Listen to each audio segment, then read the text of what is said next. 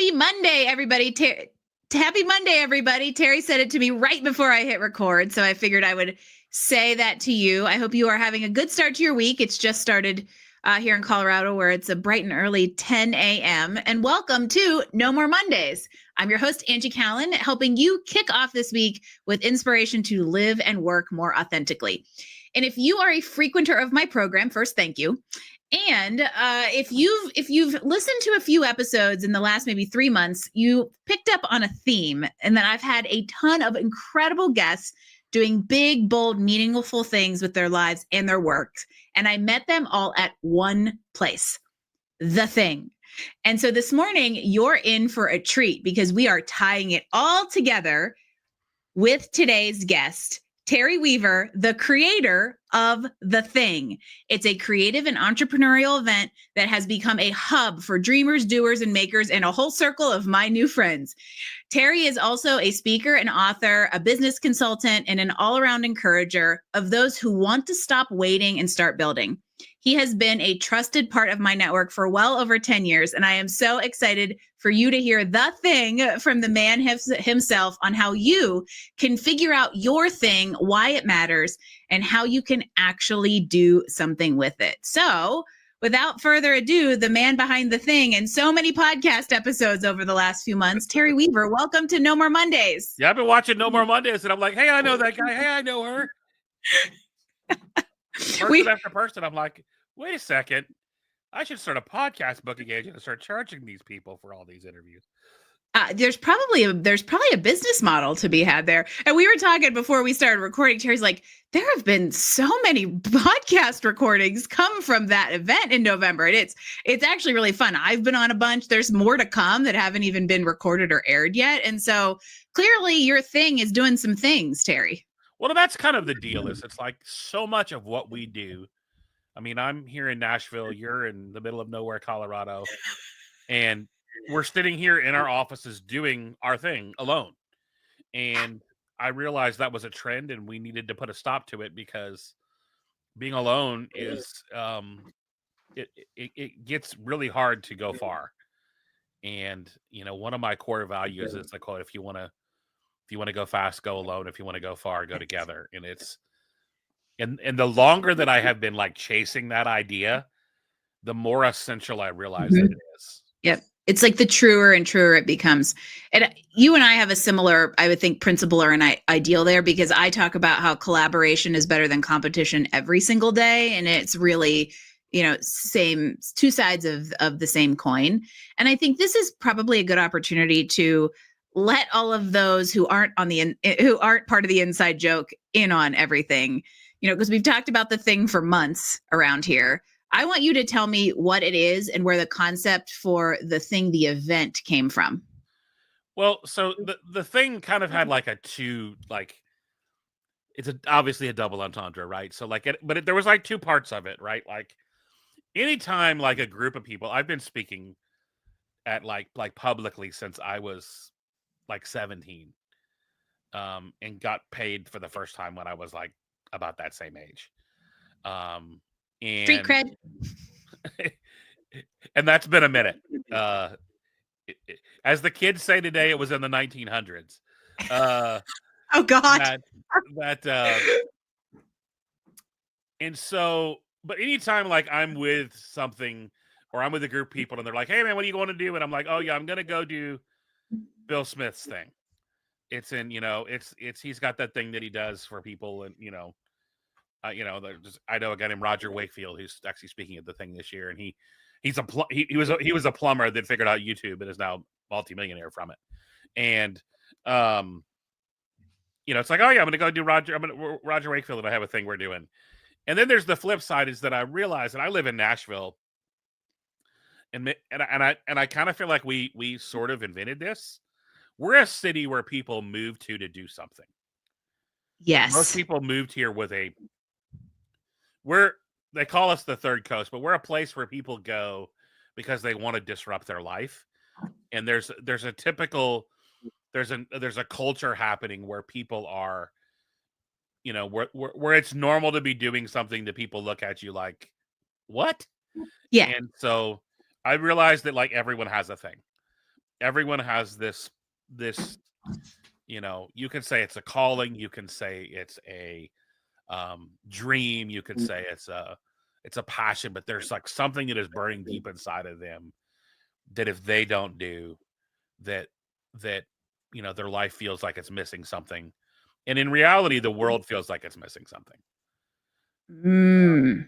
And I realized that at this, the other kind of third piece of this is I realized that I had like two groups of friends. One who were these like brilliant communicators, these brilliant speakers, these brilliant leaders that were kind of like living below the radar. They weren't necessarily like New York Times bestsellers, but they were nicer and better people than all those people that I know. Because I know a lot of those people because it's Nashville and a lot of us are here. And then I realized I kind of had this other group of friends was like these people who wanted to be and do that but didn't really know how.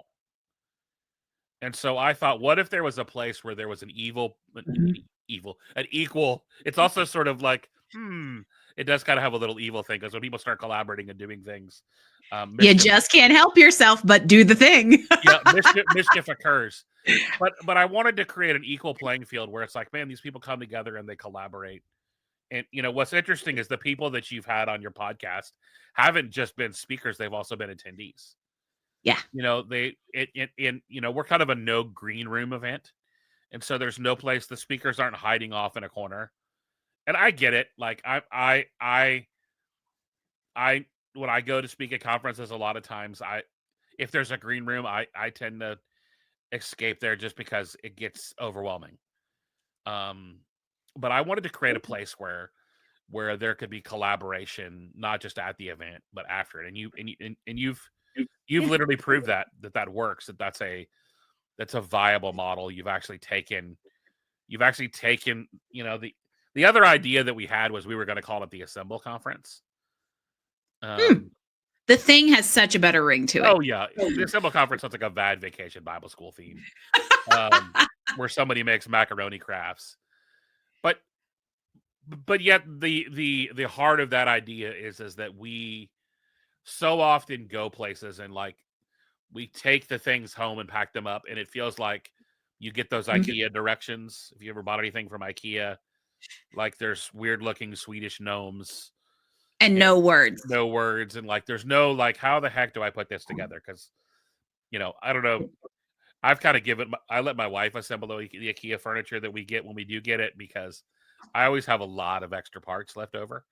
And fun fact, Jim assembles things because I may be a former civil engineer, but I just don't have time for the directions. And so I will get 80% through it and go, oh crap, this is on backwards. At which point Jim disassembles and reassembles it while reading each step of the instructions. So I appreciate that, Terry. We do have an IKEA bookcase in our library that it's like, if you ever had to turn it around, you would realize that it's assembled backwards. But we've just hey, slap it up against the wall and no one will ever know. Yeah. So there's this idea that the thing is the event, because really where we're going is to talk about the other side of the entendre is our things.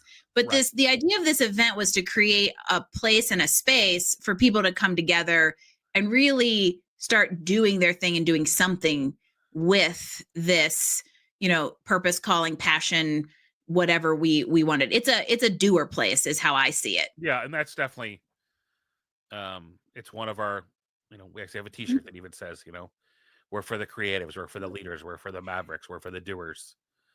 We don't want to just be the place where you come and dream.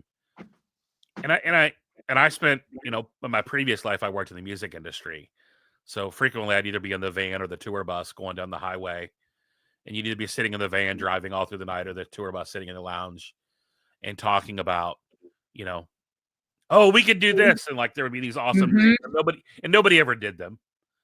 But it was always like this imaginary, and like, I don't want to talk about things that aren't going to get done. Yeah. I think as a coach, I really believe that we're given like stewardship over our ideas and the things that are given to us. And I don't want any orphan ideas. I don't want my things that I dream and like create to be like homeless. I want them to get acted on. I want them to, and I'm not saying I do every crazy idea, but I kind of have a differentiator for me that that at the point where, you know, there's some ideas that I chase and kind of play with, and then there are things that sort of stalk me. And when I feel like something kind of Mm. gets to that point, that's when I can't shake it. And the thing was definitely that. It was something that I could not shake. Um, and from, like, you know, since we're talking on a Monday, you know, to be transparent, it's probably a really bad business model, because events are really difficult. Yes. And rarely do they break even, let alone make money. But again, that's not but there's different goals of different business initiatives too. Yeah. I always tell people, in your business, everything doesn't have to make money. Something has to make money. Yes. And the And net has to be black. except for when you do your taxes, then you kind of then you do Very true. then you Yeah. don't care what Yeah. it's Yeah. then You can't then you you gotta want to feed write off yourself. every post-it note that you Very, purchased very good point. and every coffee meeting that you had. Exactly. And in case for any of you out there who are listening to this podcast instead of watching it, I want to paint a little scene for you as we move from talking about the thing, the event, and we start talking about the fact that the thing, the event was something Terry had to do because his thing is helping people do their things, right? That there's like meanings upon meanings here. But when we talk about kind of dreaming and turning it into doing, I have to paint this picture for you because Terry's sitting in his office wearing a Lovers, a Dreamers, and You t-shirt that is from a past thing. We all love Kermit the Frog. And behind him is a giant colorful Mickey picture with no less than about 100 stuffed Mickeys, Jiminy Crickets, I see a Dumbo, and the like. And so it just gives you an idea of this kind of like creative mind we're working with and why it's so and how he's been able to take these. You know, a lot of times creatives aren't good at channeling ideas into do. And I love that you found that to be your thing. And I'm curious now that we've painted this picture of like who good old Terry Weaver is. You know, if your thing is helping others do the thing, why do so many people not do it? You mentioned earlier your two groups of friends, and there was one who were like amazing and kind of living under the radar about putting themselves out there, whether it was because they didn't realize it or didn't feel comfortable. But why do so many people either feel unclear about their thing or are reluctant to step into it? I have a rule that's one of the first questions that I ask.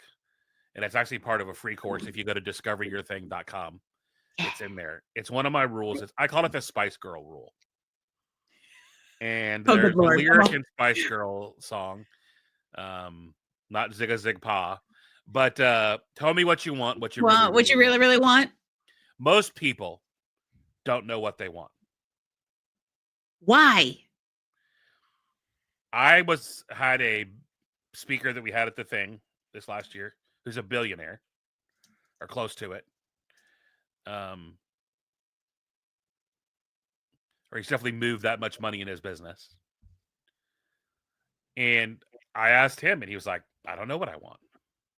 So many people on every level just don't know what it is they really want because we're so used to being, I mean, we're, you know, here in America, and I know you have probably global listeners too, but like, there's this idea of like the American dream of like, this is what your prescribed life should look like. You know, you should go and have 2.5 kids and a dog, and you should go and work a job that, you know, is gonna protect you and it's gonna be there for you. Mm-hmm.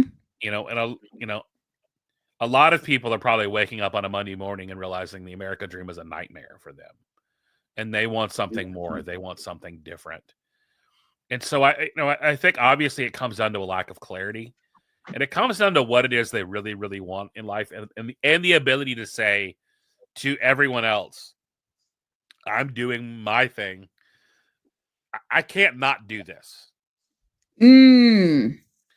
You know, and I I think one of the like this, and this is really morbid, and I apologize, but I think one of the things that's the most helpful is to ask yourself, what do you want to be said about you on your deathbed?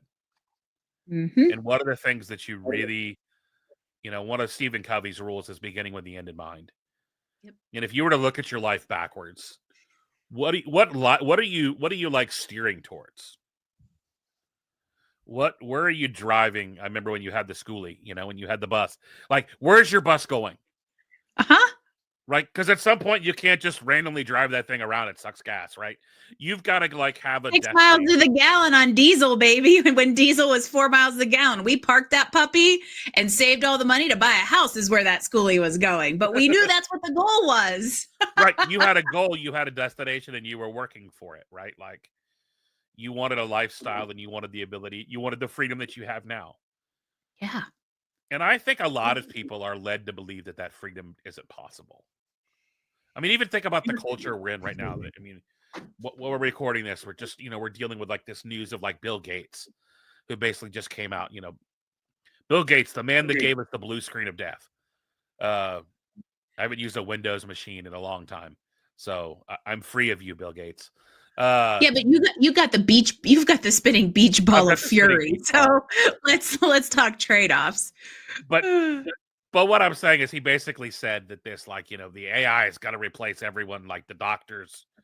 Like, okay, and I think that's sort of what we do. I might make a recommendation to some of y'all.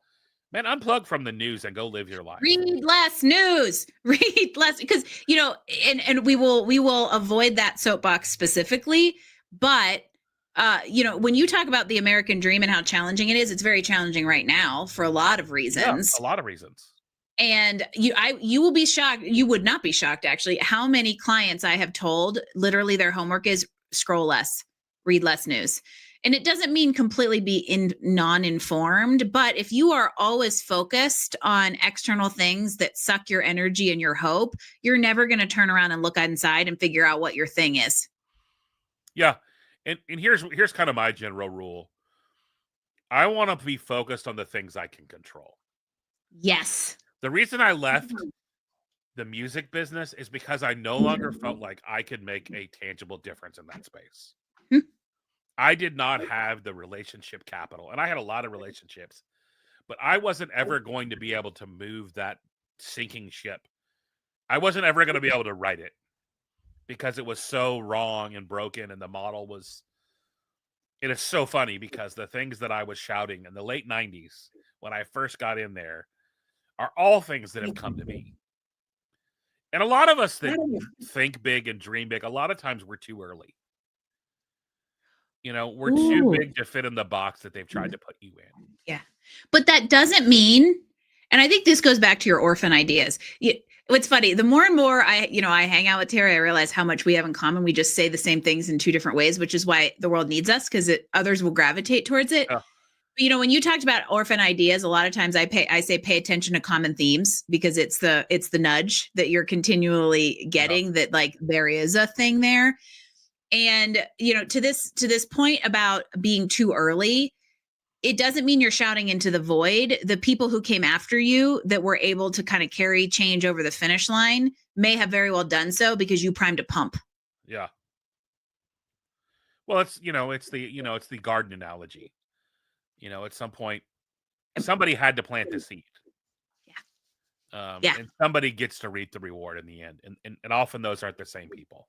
It's usually not the gardener. It's maybe the farmer. But I also think that there's a layer in here and about people don't know what they want. That's why they don't do the thing, but they also don't create the space, the time, the intention to figure this out. And a lot of times I think that's because of these societal norms and conditions that, like you said, we're conditioned to think it's impossible or that we're not allowed to. And what I think is so beautiful, and one of my platforms for career benders over the last 7 years has been stop playing small and stop being mediocre, because you have more control and more agency over your life and your career and your circumstances, then you typically exercise, because we tend to just accept where we're at instead of analyzing it and seeing if it's where we actually want to be or if there is something better. And that's really what drilling down into your thing is all about. Well, and I think one of the like pieces of this is when you understand what it is that you want to do and where you want to go, I think it's super critical that you surround yourself with people doing that as normal. I think a lot of us put ourselves in environments where, there's a great quote by Oprah that said her life changed. In fact, Dan Clouser, who came to the thing, I used this quote in my talk at Justin Shanks for a very first event that he did, is that Oprah said that her life changed when she stopped surrounding her life changed when she stopped surrounding herself with people that ask why, but ask why not. Yeah. And you want to be around people where doing the crazy thing is normal. And I think that's why the communities that you're a part of and the mentors and the coaches that you allow yourself to be surrounded with.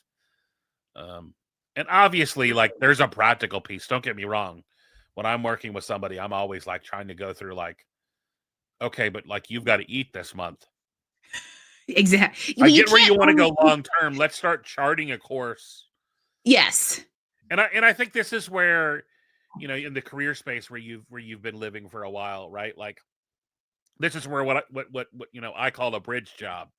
Where an opportunity might be a bridge to get you to where you want to go. Or I think sometimes our skills allow us to have our own like side hustle. Meaning this is our main like passion and project. But yet we also have a skill where we can do graphic design, we do website design, or we are great at like this or that. And it could be super practical, or it could be, you're great at making. We talked about the person that makes the little, crochet potatoes. You may be a great crochet potato where that could be your little side hustle that enables your bigger dream of doing something more and doing something bigger. I feel so empowered to go order positive potatoes now because I really want to. And Terry's like, those things are awesome. And so here's what I want to do. There are small little threads throughout this that I hope some of you out there might be picking up on, but now we're going to go at it directly. I want to know, Terry, what would you say to somebody out there who were starting to kind of make a little nervous, right? They are like, yeesh, I meant for more, but I can't figure out what my thing is. What would you say to that person? I mean, if you're watching this on video, you're seeing my office, and there's a great guy. I've had him on my podcast a couple of times, a guy named Jason Katecki. And he talks about one of my favorite toys growing up, which was the Tinker toy. But tinkering is a very powerful process to go and start experimenting.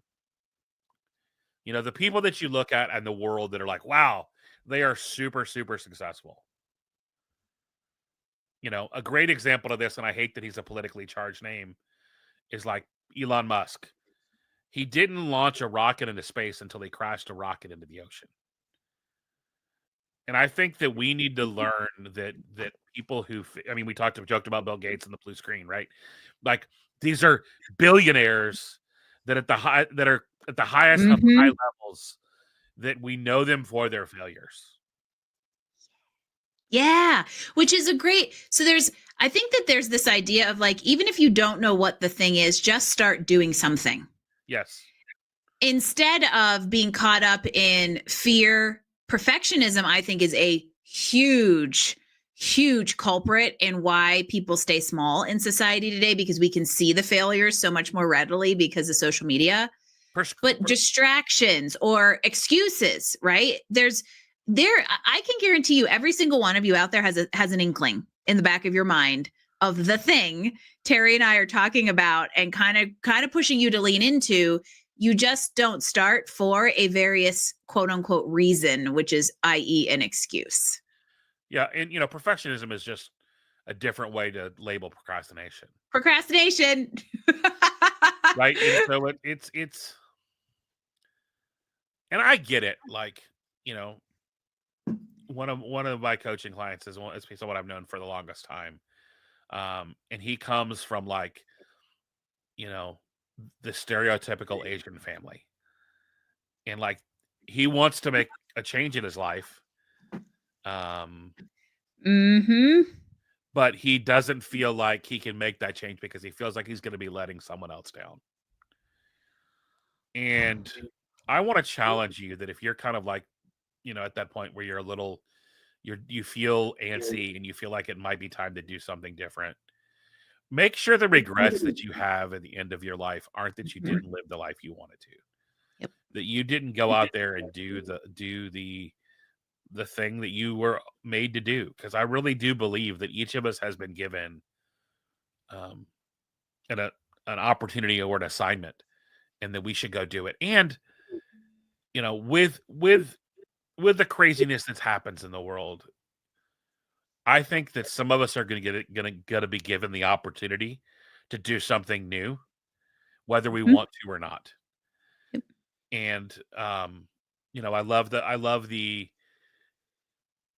story that they just announced this week that there's a college that's going to have Kermit the Frog do their, and of course, if I'm wearing this shirt today, Kermit the Frog's going to do their commencement address. So jealous. You know, it's like, why? Can I enroll in a class? I want to go. But I think of that great speech that Jim Carrey famously did where he talks about his dad. And, you know, that his dad lived his whole life chasing this safety and security of a job that he eventually lost, rather than doing that thing that he really always wanted to do. And that, you know, we all have the opportunity to do that, to go and do the thing that we've always wanted to do. And it can start small, right? It can start as a side project or a and eventually you'll know. And what it might be is that might be the first stepping stone on the way to what you eventually end up doing. Very first of us, the very first idea we have is what we do for. Yes. I mean, you know, you and I even had a conversation earlier today about like how things are evolving and how things are shifting. And, you know, I mean, this is the 9th year that we've done the thing. So of course the thing has shifted and changed, and our dreams and our priorities and our and our goals and the people we want to help. Because there's kind of the underbelly of this, if you will, that there's a group of people that I really wish I could help, but I can't because they'll never actually do the thing. And Nick Saban talks about this, the former head coach of the Alabama Crimson Tide football team. And they're my least favorite fan base in all of America. But Nick Saban talks about how in the culture of a great team, that achievers and people who don't want to do anything are never comfortable in the same space. Yep. And that if you have people that are just dead weight, that aren't doing anything, that the achievers are eventually going to either leave because they're going to go somewhere else, or and you know, and I'm all for a space, right? I'm all for creating an environment where some people grow slower than others. But I think there has to be the will and the intent and the motivations, because otherwise you'll have a group who's getting bored and a group who, you know, is never going to come up to meet the challenge. It's a little bit like you can, you know, that group of people that you'd love to help. I agree. You can lead a horse to water, but you can't make them drink. And unless they have the intrinsic motivation to pursue whatever the thing is, no external force is really going to create momentum. Yeah.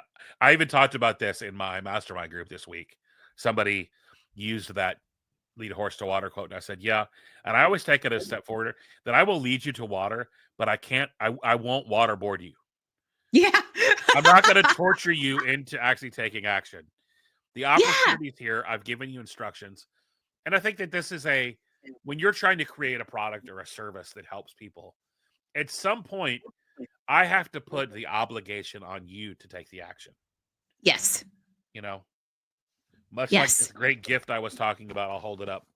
That I love this. You know, it's a desk dumpster that I've had now for 2 years that I haven't yet assembled, but it's still here. And it's literally, I moved it from the pile in the corner to my desk, which is, not the it. Oh, I'm just sitting here thinking, I wish we could see the rest of this room. But Yeah, now is the time for the desktop dumpster fire to be opened. And you've said a couple little tidbits that I kind of want to pull together because we talk a lot here about values driven, purpose driven work as a pathway to a more fulfilling, more authentic life.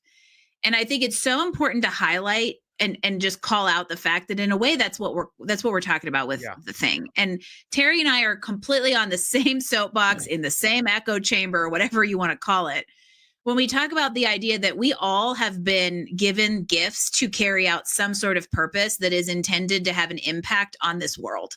And that could be the world or that could be a single human in it. And by not doing so, you are keeping it from that person. And that is a pretty audacious thing to do. Who are you to keep your gift and your light in this world from the people who need it? And the last thing I'll add is that in doing so, you will be more fulfilled and have no regrets, because the worst person you can disappoint in this world is you. Yes, absolutely. Yeah, and I'll even go. I always I like to take things and put them in, like, as you can tell, there are trinkets everywhere in my office, and the reason there is a lot of these are a souvenir or a moment. And one of the things we do is we give out random things tied to stories because I think objects teach us lessons. And stories teach us lessons. Right. And Absolutely. I always take it to this, like, extreme when I talk about people and their gifts. Imagine how upset you would be if you found out someone had the cure to cancer and wasn't sharing it with us. You and I and everyone else has the cure to someone's cancer. You have that gift and that skill and that ability and that way of thinking that is keeping someone up at night. But yet you could do it in your sleep. And once you discover that, and you mentioned purpose and values, and I've been going through a lot of that work because I think it really all goes down to our core values. And I just wrote an article about this, that there are 3 things for me lately that I've noticed of the people that I want to be around, the people that I want around in my community. And it's the people that believe that community is greater than networking. You don't want to just go someplace and just you're there for a transactional relationship. I want to be around people that give more than they take. I want to be around people who, I heard a podcast interview with one of my favorite leaders, and they talked about that they don't want to serve, they don't want to work with people who want to come over for dinner but want it to go. They just want to, like, skip the whole, that part of it. And the third piece is I want to be around people who value people more than they value profits. And that's not to say that money doesn't matter. Money matters. In fact, you We can all help need more roof people over with our more head and profit. food, right? Yeah, absolutely.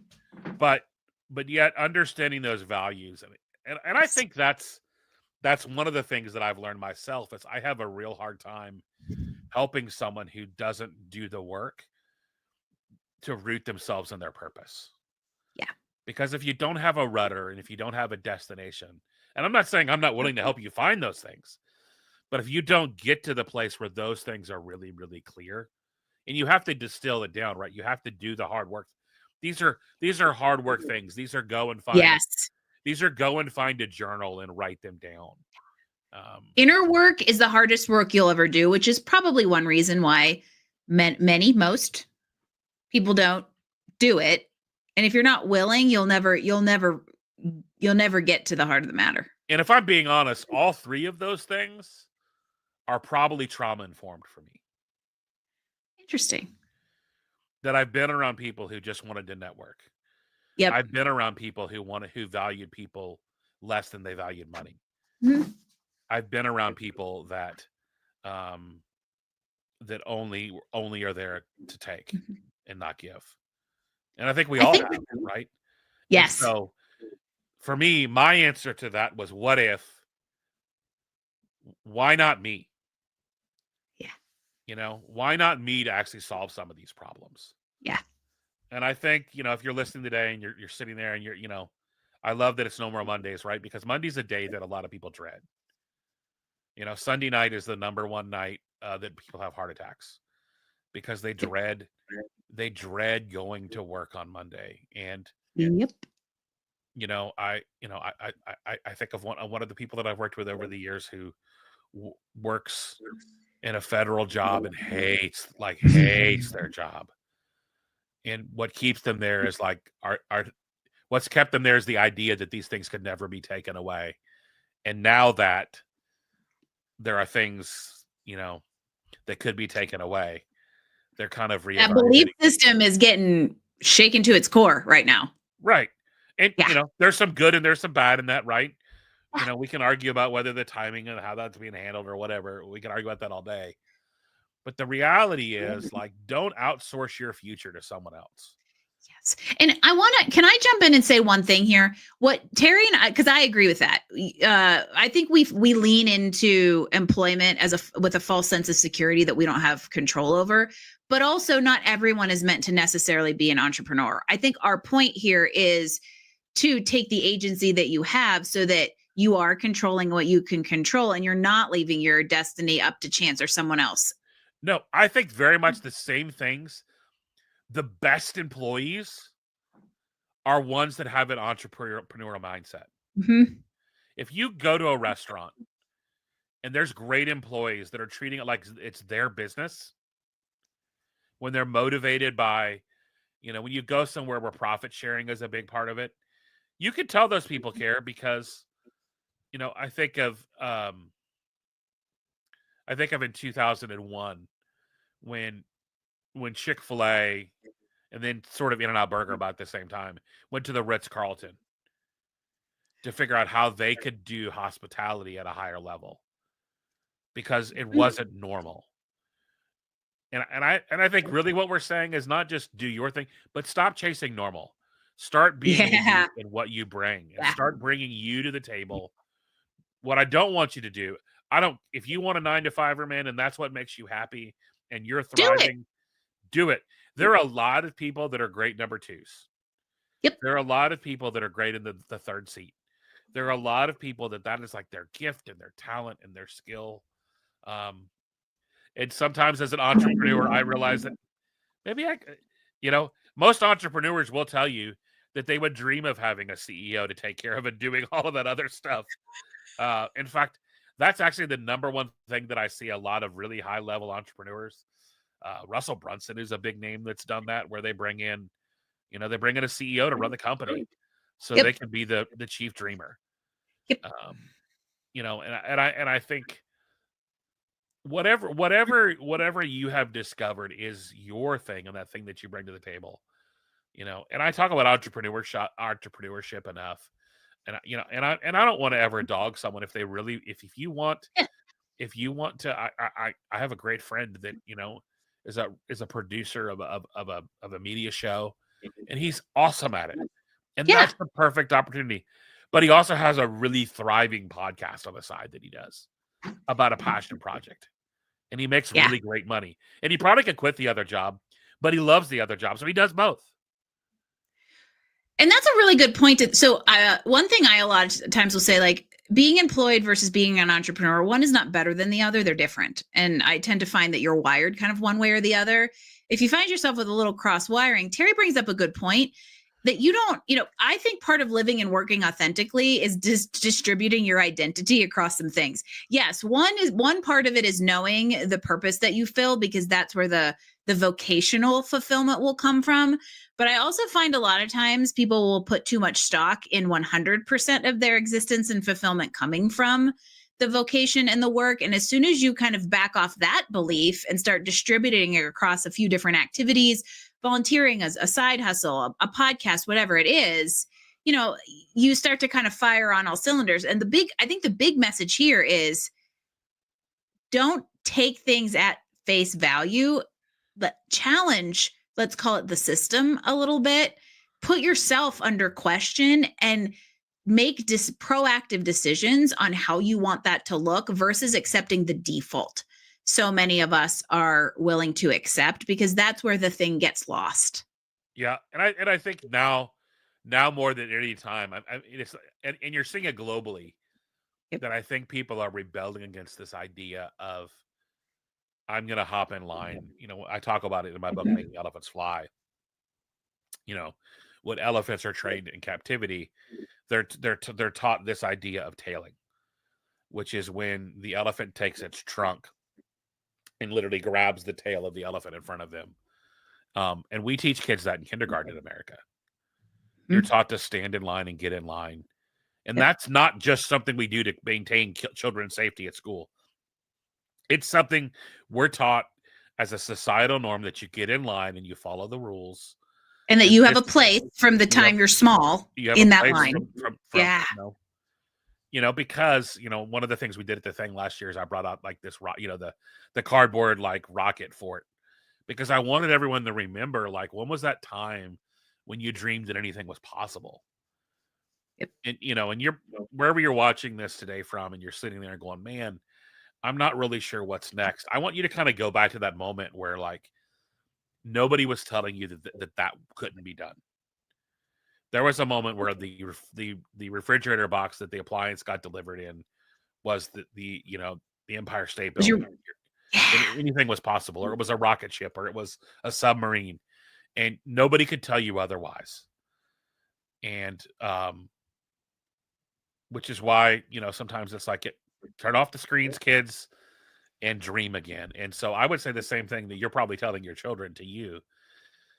Dream again and think about what did you think was impossible um when you were a kid? What did you think that and that everybody said, no, you can't do that, but you didn't believe it was true. You believed that you could be and do that. And I still believe that's possible for you. It may look different than how you originally dreamed it, but you have the ability to design the life and the experience that you want. And it's just a matter of, the only difference between the people who have it and don't are the people that decided to take action. The people that decided that they were going to make the choice and no one else was going to tell them otherwise. And that's not to say that people in your life, whether that be your family or your spouse even, is going to look at you like you're nuts. But man, I'd rather have a little friction over a discussion of like the next phase of my life than get to the end of it and have regret. Then miss it entirely. Yeah, and that's the saddest. Do you ever? I'm a plane sleeper. I get on an airplane. Typically, by the time they're telling me to put my seatbelt on, I'm passed out. Unless That's I'm Jim. unless And I I'm hate you intentionally too for staying it. up, and I know that I want to drink. I know that I've got a drink coupon, or I want my Mr. T's Bloody Mary mix, or my ginger ale for the flight, or whatever I want. Right. I don't know why I order those things, but those are typically things I get on a plane that I don't ever drink in real life.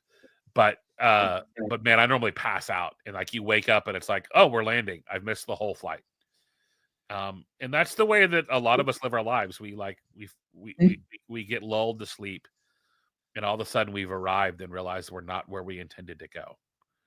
Yep. The joke at the front door when you're like, hey, we're on our way to Dallas. I was like, I was wanting to go to Dallas today. And I think a lot of people have gotten to a destination, and I'm here to tell you that it's not too late to change it. Yep. And you may be 30, or you may be 40, you may be in your 60s. It's not too late. It's not too late. You still have the power to change. Mhm. Your best days are ahead if you're willing to take action. Yep. And bet on yourself. Go all in on you. Like a lot of things, we're willing to go all in a lot of things, but most of us aren't willing to go all in on ourselves. What's that saying? The best time to plant a tree was 20 years ago, and the next best time is today. Yes. You don't need all of the answers. You just need to start. My favorite Japanese proverb. Yep. And that's so true. You can't control what you didn't do 20 years ago. Yeah. But you can control what you do today. From this moment on, you don't need all the answers. You just need to get started, because the last thing you want to be is a passenger in your life headed to the wrong destination. And if you feel like you need the support of a community who is doing something similar, Terry and crew has it. So this is a great time, Terry, to tell everybody about the thing, because there's a couple events upcoming. Where can they find out more about it? And how do we find about you? The best website to go to is thething.live. And they can Go. get to all of the things from there. We're in the plans of going to a couple of bonus cities to do some one-day events.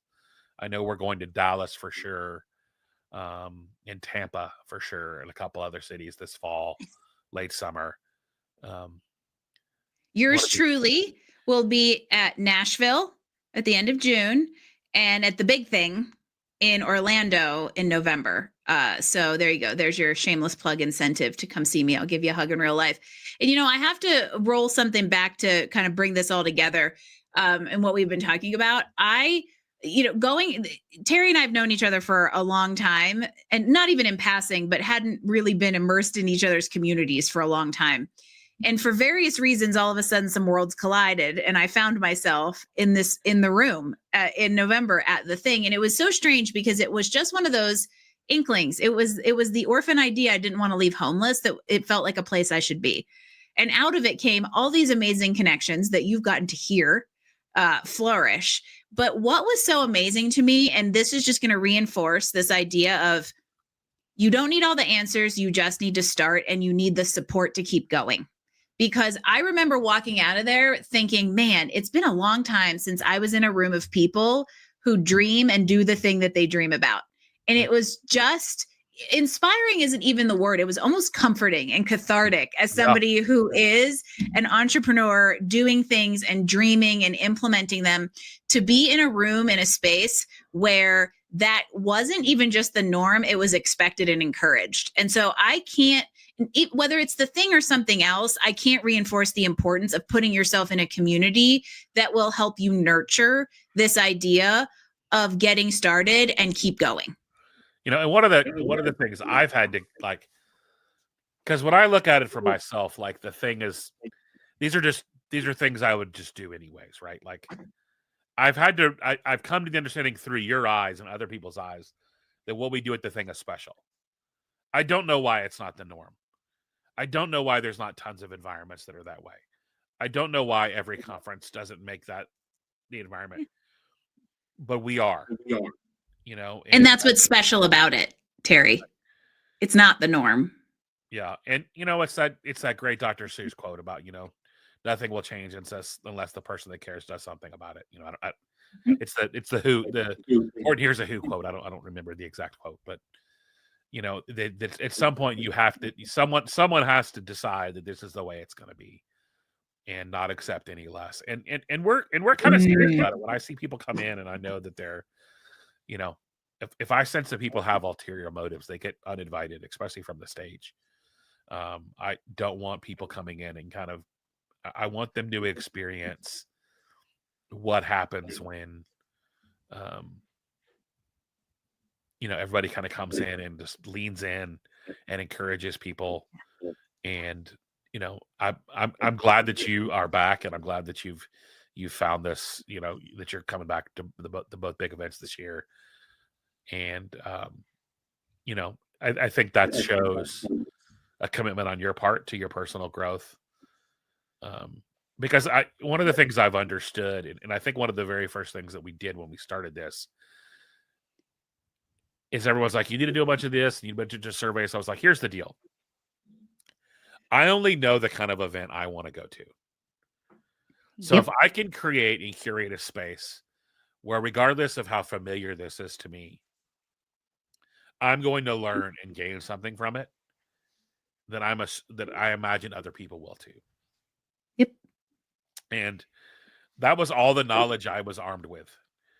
Is that, wow, I would be really cool to hear from this person about this. I bet you other people be interested in this. And that's the same way you probably started when you had the podcast. I'm like, wow, I had a fascinating conversation with somebody. We should share it with more people.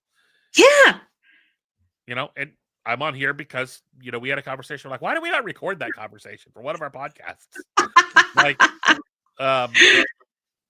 and that's how actions get started, is because you're around people who dream and think differently, and where being not normal is the norm. And it's not normal to have these conversations we're having, and to kind of rebel against safety, uh, or or at least the illusion of safety. Um, and so yeah, I appreciate you and your investment in. Um, it was very obvious when you came to Orlando this last year that you came with open hands. You came to get, but you came to give way more than you came to get. You were there you were there to be around something. You had been magnetized to the people that were there. You sensed there was something there for you. Yeah. But you showed up to serve totally out. And man, if more people just showed up like that in more environments, and I really do believe that, as you experience, that most people, the majority of people that do show up to the thing, especially those that are on the stage and in the core of the community, that they do come with that spirit, and they do want to. There's a sense of like curiosity, which I think is a real differentiator in our community. Is everyone is just curious about what other people do, and they're curious about how they can actually connect the dots for people. And you've experienced that. The people have been on your podcast where they've experienced like, wow, this connects. We could do this. We could collaborate here. And a lot of these people do similar work to what you do, but there's no sense of like, when you shift your life from like a scarcity mindset to think, yes, those were the words I was hoping you were going to say. Yeah, that scarcity says we better put up the dam and keep the water we have because it's going to run out. And abundance says take down the dam and let the waters roam free because it'll rain tomorrow. Yep. And if it doesn't rain, we'll make it rain. Yep. And I feel like the thing is a place where make it rain is normal. Yep. And where people are going to commit to, and that doesn't mean that that people aren't, there's still not struggle, there's still not difficulty, but there's a sense of like, those goofy trust falls that we all had to do in some corporate meeting, but that there really is someone there to catch you when you need that, and they're there to give you advice and help, and actually, tactics that you can deploy to fix a problem that you're having. Yep. Because for the most part, the stuff that you and I do aren't big, massive changes that people are making. They're just tiny little tweaks. Mm-hmm. And the shift from abundance to scarcity is not that big of a shift. But once you make it, everything changes. Everything snowballs. And I think that's a great way to kind of put a stamp or an exclamation point on this kind of whole conversation, because we talked a lot about the event, but ultimately what Terry and I want you to do is go find your thing and lean into it. And I'm so grateful for what you do for these types of communities and for creating a not normal place for we not normal people to be, Terry. And thank you for like kind words for me. I wasn't hoping to like, I'm gonna have Terry for some compliments, but mostly I appreciate you being here with me today and sharing your wisdom with everyone who needs to hear it, and for helping me create, just even in the last 45 minutes, a place for people to really start thinking about this. And where you just left us off, where you just kind of took us to, is I think the perfect leaving off point for this conversation, as we leave you with the food for thought of what's your thing. And more importantly, what is one small action you can take to move closer to doing it? It doesn't have to be a big leap. It just has to be the thing that gets you started. How can you get started this week? Terry and Weaver. I'll take it one slightly step further. Who can you go and encourage in your world to do it with you, so you don't have to do it with you. Don't do it alone. Yeah. Is the extra piece of it. The greatest gift that you could give to another human on this planet is the gift of belief. And sometimes when we lack the belief in ourselves, we have to borrow it from somebody else. So be a great lender of belief. There you go, everybody. How can you lend belief to have more belief in yourself? Don't take normal at face value. Push that system and go do your thing. I look forward to hearing more about that thing from all of you. So this is a different call sign off than usual. I want to hear your thing. Reach out to me. Find Terry at the thing. Wait, what is it? The thing. The thing.live or just terryweaver.com. In fact, terryweaver.com. if they're watching Find on us LinkedIn, everywhere. they can leave the comment down below, or they can go to the YouTube channel and we'll put links here. We'll put links everywhere. But Terry and I are here to help you shout your thing from the rooftop. So start with us. Find your thing, encourage others through it, find others doing the thing. And then most importantly, once you start, never, ever stop. It is how you are going to change the world, even if it is one human at a time. And isn't that an amazing way to live and work more authentically? Terry Weaver, thank you again for joining me for No More Mondays. Everybody out there, thank you for listening and spending this Monday morning with us. Thank you for giving me a place to do my thing. I'll see you next week for another episode of No More Mondays podcast.